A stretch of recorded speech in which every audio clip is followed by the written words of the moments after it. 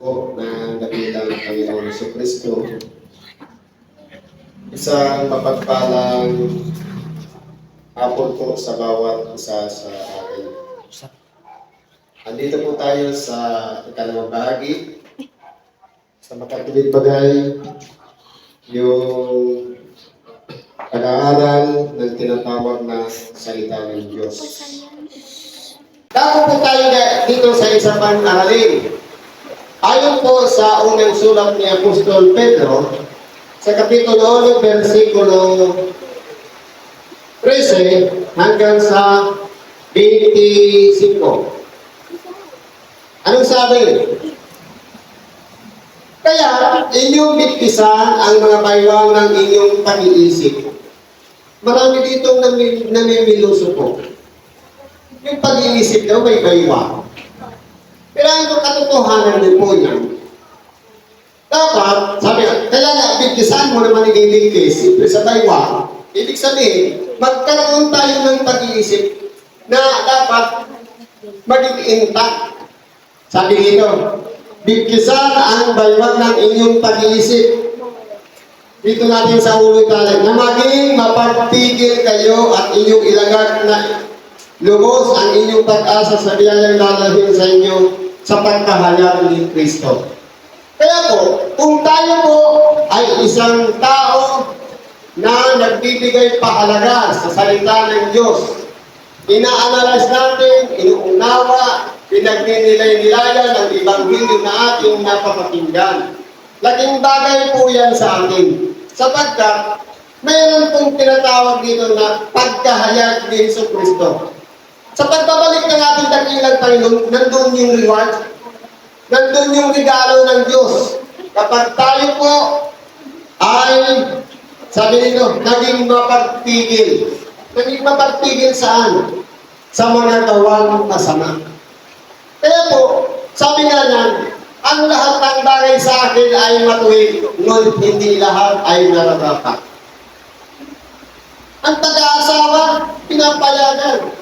Pero kaya nga, pipili ka ng iyong makapag-asawa, sa kanya ka lang sisipin. Ganun yun. Ibig sabihin, ipinahintulot ang pag-aasawa, pero doon ka lang sa asawa mo.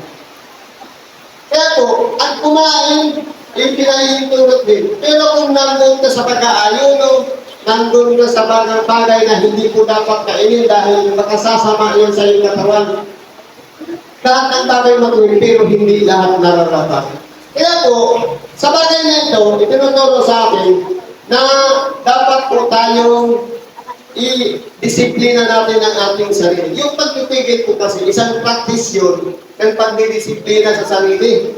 Na, halimbawa, dati noon, nung hindi pa tayo nakakarinig ng Ebanghelyo, malaya natin nagagawa ang lahat ng bagay. Pero nung tanggapin natin si Kristo, inunawa natin at pati ang Ebanghelyo, tinanggap din natin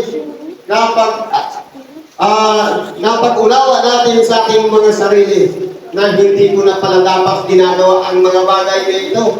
At ngayon po, dahil sa habag ng Diyos, patatawarin tayo at pagkakaluban tayo ng pagtubay sa makatuwid bagay ang Espiritu Santo. Na dati, malaya natin nagagawa, pero kung narinig natin yung Ebanghelyo, meron ng Espiritu Santo, nandun na yung umiiral na yung konsensya. Meron ng tagapagpigil sa atin.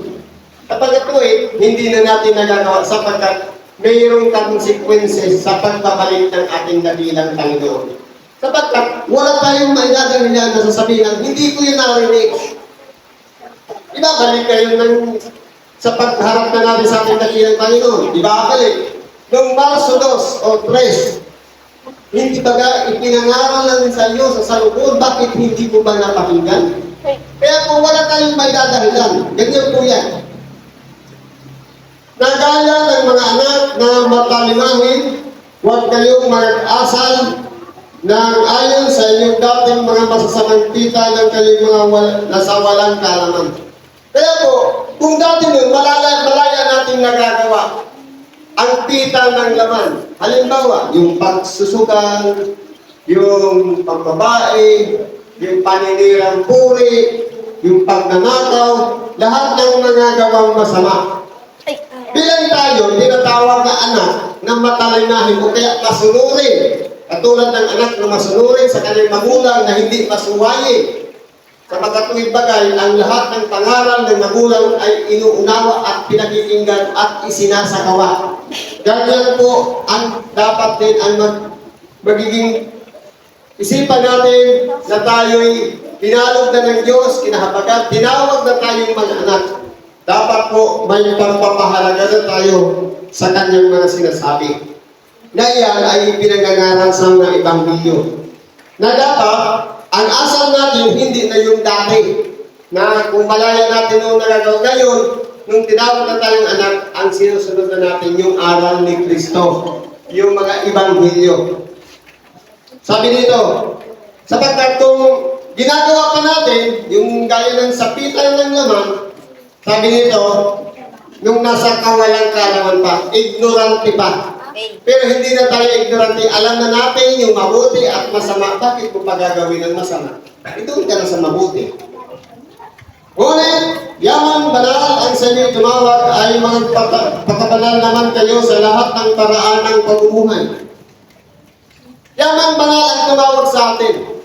Hindi, niyaya lang naman ako ni Brad.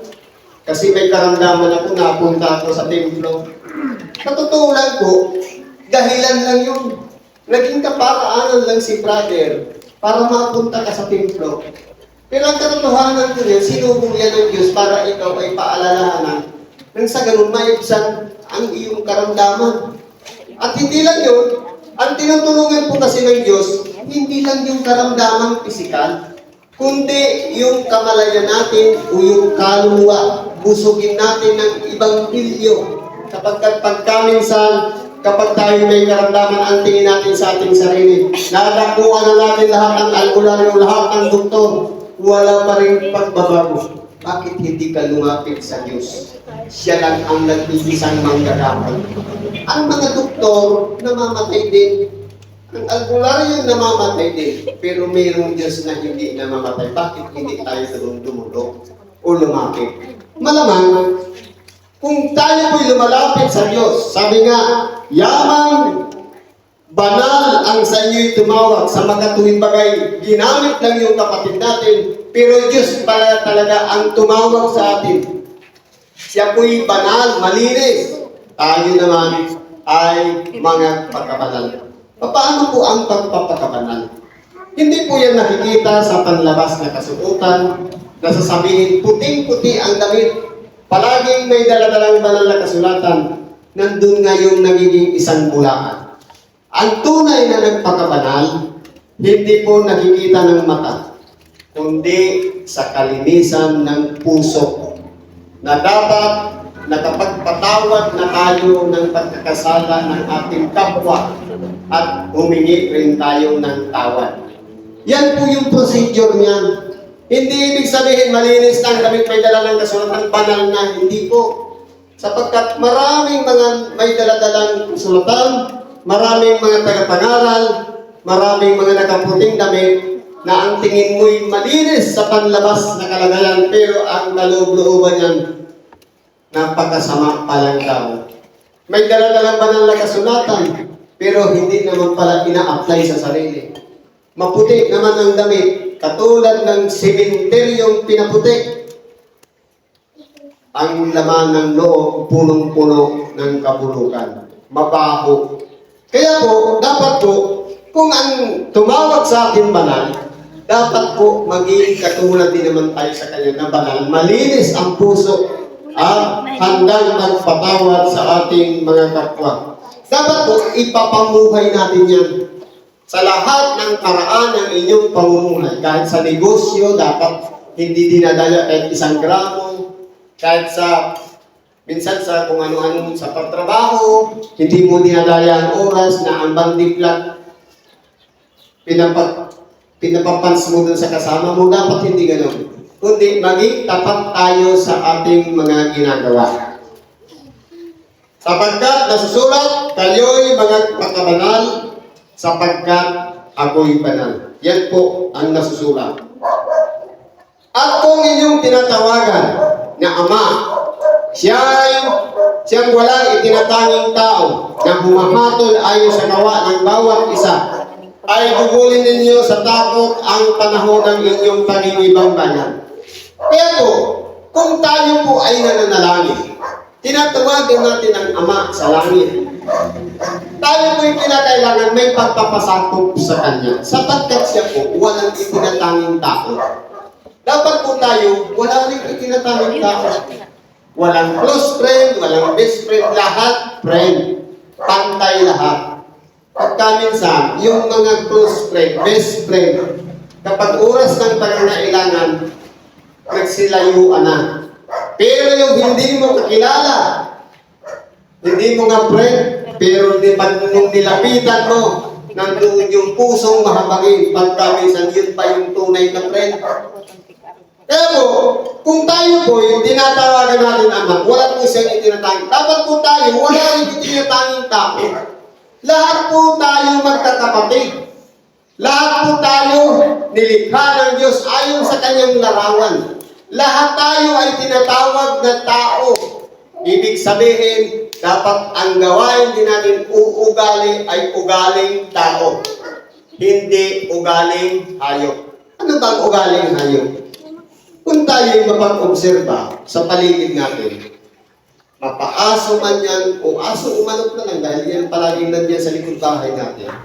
Ano ang ugali ng aso at manok na magkahawig? Ang aso, kapag binigyan mo ng pagkain, at kapag meron na namang isa, hindi mo binigyan, aagawin niya yung pagkain ng isa. Ganyan po sila, mga swapang. Kahit ang manok, sisiw na nga lang, bigyan mo ng isang pirasong tibag ng tinapay. Kapag yan dinampot ng isang sisiw, hahabulin ng isa. Pag-aagawan nila yun. Hindi po dapat yan ang magiging ugali natin ng mga tao. Na dapat, kung ano yung merong pagpapala ang isa, ipagpasalamat natin dahil naging successful siya. Kung meron man nasa paghihirap na isa, ipanalangin natin baka sakaling mabuksan ang kanyang pag-iisip, magagawa siya ng paraan para siya'y makasurvive. Ibig sabihin, may pagpapahalaga tayo sa isa, may pagpapala din tayo sa isa na tumanggap ng pagpapala. Ang pagkaso, ang pagkaminsan sa ugali, lalo na tayong mga Pilipino, ang gusto natin pantay lahat. Kapag mayroong isang kapitbahay na umaasinso, hahatakin ka sa paninira. Na gusto, ayaw niyang umangat. Ang gusto niya, lahat lang nasa mababang kalagan. Pero ang katotohanan ng sinasabi, hindi nga, ang mga mayaman nila nga, diretso sa impyerno. Hindi ako naniniwala dyan. Sapagkat, kung walang mayaman, wala kong sasahod sa mahihirap. Kung wala rin mahihirap, walang maglilinis ng inodoro ng mayaman. Ginawa yan ng Diyos na angkop. Lahat may kapakinabangan sa Kanya. Kaya po, merong mga mayaman naman talaga na hindi naman talaga nagbibigay ng tulong o sakin. Kung matulungin sa kapwa, nandun naman hahatulan sa gawa. At pagkaminsan nga yan, yung mga mahihirap na nagmamalaki, na sila na yung ililigtas ng Diyos, sila pa yung mga magnanakaw. Kaya po, depende po sa ating mga gawa, tayo po ay hahatulan. Kaya po, tayo po ay hindi taga rito. Ang tawag sa atin ito, nangingibang bayan. Sapagkat wala naman tayong permanenteng lugar na dito na tayo. Hindi baga kapag tayo'y namatay na, napaparang o nawawala yung pangalan ng nakarehistro dito sa ibabaw ng lupa. Ibig sabihin, hindi tayo taga rito.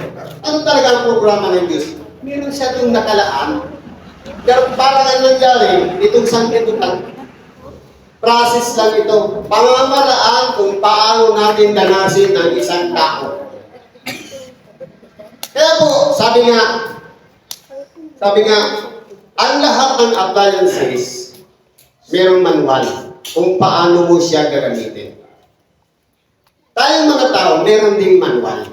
Ito, Biblia. Sabi nga niya, Basic Information Before Leaving Earth. Bible. Ito ang impormasyon bago tayo umalis dito sa ibabaw ng sanglibutan para doon sa everlasting life. Bible, basic information before leaving earth. Kaya itong proseso, makinig lang tayo ng Ebanghelyo, i-apply natin sa araw-araw na pamumuhay, tumawag tayo sa Diyos, nakahabagan tayo, huwag tayong mapahamak. Very well po yun. Ang problema nga, ganun nga ang pamantayan sa buhay, pero mapanirang puri naman sa kapwa, useless. Useless pa ang pagdadala-dala ng banal na kasulatan kung nire-reject naman natin ang mga tao na mababa sa atin. Anong sabi nito? Na inyong nalalaman kayo'y tinubos hindi sa mga bagay na nangasisira, ng pilang o ginto mula sa inyong walang kabuluhang paraan ng pamumuhay na pinamana sa inyo ng inyong mga magulang. Sa totoo lang po, kung ang isang magulang ay walang unawa sa Diyos o kahit sa kanyang mga ginagawa sa sarili, mamanahin niya ng anak. Kaya po, dati noon, tayo mga hindi, ang mga magulang natin hindi kilalang may Diyos. Pasalamat tayo dahil sa panahon ngayon, meron ng Biblia. Meron na tayong pagbabatayan na ang Diyos pala ay totoo. Si Kristo pala ay totoo. Ang pamumuhay pala natin dito sa ibabaw ng sanglibutan ay isang proseso lamang upang sa ganun magtagumpay tayo dito sa mga tukso, mga pagsubok, mga problema na dumarating sa ating buhay. Ang karamdaman, hindi yung problema, pamamaraan lang yan ng Diyos na tayo'y minamahal niya. Sapagkat sabi dito sa Hebreo, sapagkat minamahal ng Diyos ang kanyang iniibig, kaya siya'y pinapalo. Yung sakit sa katawan niya na ang tawag yan, yung tama o lakay ng palo ng Diyos dahil tayo iniibig kapag tayo nagiging pasawal. Dahil, sabi nga, bawal yan, kinain mo, nagkaroon ng karamdaman. Kundi, na mahalagang dugo. O, tinubos tayo, hindi na bagay na nasisira. Totoo po. Dati noon, ang tao'y tinutubos sa pamamagitan ng dugo ng hayop. Pero ngayon, tinubos tayo ni Kristo sa pamamagitan ng kanyang dugo na walang katumbas na halaga dito sa ibabaw ng sanglibutan. Sabi, tinubos tayo, hindi ng mga bagay ng pilang o ginto mula sa inyong walang kabuluhang pamumuhay. Dati, walang kabuluhan ang ating mga ginagawa. Malaya nating nagagawa, ang magnato, manirang buhay, kung ano-ano pa. Pero, yung pahalagahan natin ang pagtubos ni Kristo, nasa pag-iingat na tayo. Kaya po, sabi dito, tinubos tayo ng mahalagang gaya ng kurdirong walang kapitbasan, walang doon sa makatuwid bagay, ang dugo ni Kristo. Totoo po. Kaya ang gagawin lang natin, sampalatayan natin yung kanyang pagtubos. Na nakilala nga ng una bago itinatag ang sanglibutan, ngunit inihayag sa mga huling panahon dahil sa inyo. Kaya po, maraming mga tao noon hindi kilala si Kristo at hindi rin kilala ang Diyos. Kahit nga pagkatapos na ni Kristo hanggang sa panahon ngayon, marami pa rin ang hindi kilala si Kristo. Bakit may mga iba pang sikta o religiyon na iba ang pananampalataya? Sumasamba sila sa mga imahe. Sumasamba sila sa kay Baal. Sumasamba sa kay Buddha. At kung ano-ano pa, mga anito. Yan po ang mga paniniwala hanggang sa ngayon. Pero pasalamat tayo dahil nandito na tayo sa paghahayag ng Diyos sa mga huling panahon sa pamamagitan ng mga kasulatan. Sabi ito, nasa pamamagitan niya ay nananampalataya kayo sa Diyos, nasa Kanya'y bumuhay na mag-uli sa mga patay. At sa Kanya nagbigay ng kaluwalhatian upang ang inyong pananampalataya at pag-asa ay mambal sa Diyos. Kumbaga, sumampalataya tayo sa Diyos na nagbuhay sa ating dakilang Panginoon.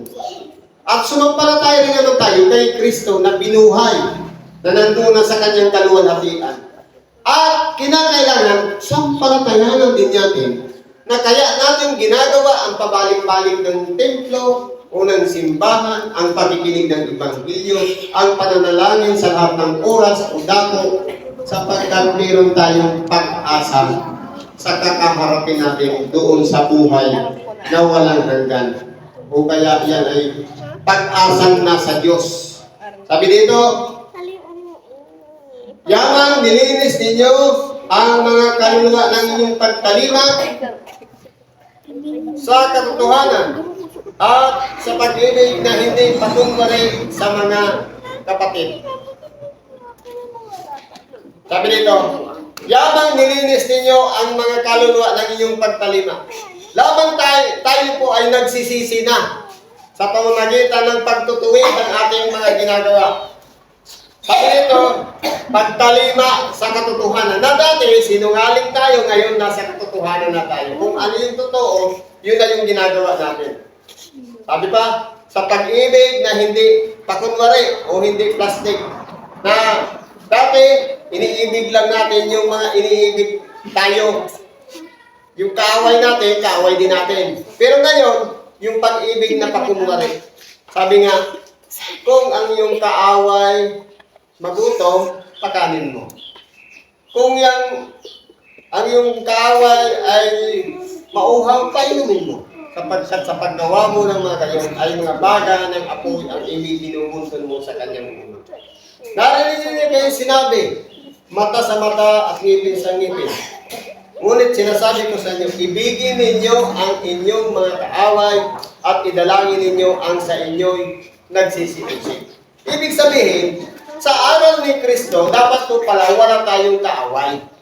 Wala tayong kaalit. Lahat yan, ipairal natin yung pag-ibig. Paano natin iibigin yung kaaway? Winarningan na tayo, tatagain kita, alangan naman yakapin mo pa. Ang gawin natin, ipanalangin natin siya na maglinaw ang kanyang pag-iisip para magsisi siya na mali pala ang kanyang ginagawa. Sapagkat may umuudyok lang sa kanya para gawin ng isang bagay na masama. Kaya po, kung tayo po na nagsisigawa ng kabutihan o ng pag-ibig ayon sa kalooban ng Diyos na hindi pakunwari, dito po magtatamo tayo ng bunga. Sabi nga, buong ningas ng inyong puso sa isa't isa. Dapat yung pag-ibig na may ningas, sumasagana, lumalago, nagpapatuloy. Ibig sabihin, hindi yung ngayon lang, bukas hindi na naman. Dapat, kumbaga, nakaprogram na yung pag-ibig natin anytime, anywhere, sa lahat ng oras. Sabi dito, sapagkat ang lahat ng laman ay gaya ng damo, at ang lahat ng kanyang karangalan ay gaya ng bulaklak ng damo. Ang damo'y natutuyo at ang bulaklak ay nalalanta. Datapwat ang salita ng Panginoon ay mamamalagi magpakailanman. Dito po, inahalimbawa ang buhay ng tao. Sabi dito, ang buhay ng tao katulad ng isang damo. Ngayon po, nakikita natin, malusog siya, pumulaklak siya, nakikita ang kagandahan ng kanyang buhay. Pagkatapos yan, manunuoy, malalanta, yan ang buhay ng tao. Tayong mga tao, ipagpanganak, lalaki, mag-aaral, magkakapamilya, tatanda, mamamatay. Ibig sabihin, daraan lang tayo dito sa ibabaw ng sanlibutan. Pare-parehas lang naman ang daranasin natin. May pagkakaiba-iba nga lang ng oras ng kamatayan. Merong namatay na hindi sa kapanahunan, sa aksidente, mas masakit tanggapin ng mga naiwanan. At kung titingnan natin, iba-ibang paraan lang ng kamatayan. Pero yung pamumuhay natin dito sa ibabaw ng sanlibutan, tumanggap naman tayo ng karangyaan, ng kagandahan, lahat ng mga tinanggap natin, pagpapalak nandito, dinanas natin. Ang mahalaga po dyan, sa oras na yung pinakahuling hininga ng ating buhay, nakapagsisi tayo ng kasalanan. Sapagkat, after nung namatay tayo, wala ang kasunod na nung paghukom.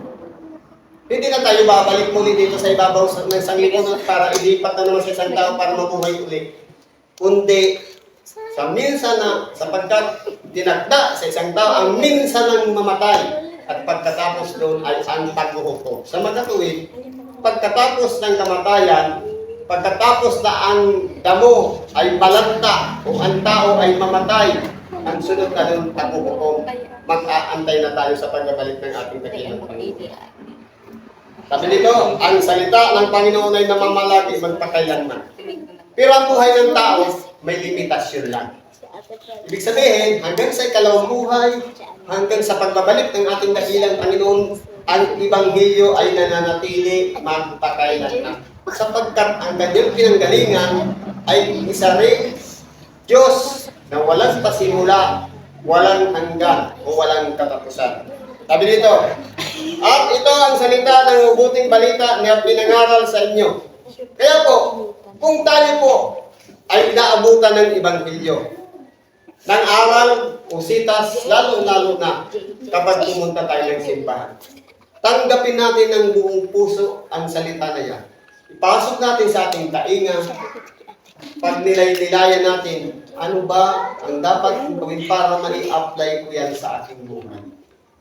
Kung nalalaman natin ang buhay ng tao pala ay limitado, sabi nga, ang buhay, milagro, ang kamatayan sigurado, dapat may pag-iingat na tayo dito sa ating pamumuhay sa sanglibutan. Na ang panginibang bayan natin dito sa ibabaw ng sanglibutan, paiiralin natin yung takot na ayaw natin magkasala, ayaw natin mapahamak. Kundi ang gusto natin, magtamo tayo ng regalo ng Diyos sa kanyang pagbabalik sa pangamagitan ng kanyang buntong na anak na si Jesucristo, ang buhay na walang hanggan.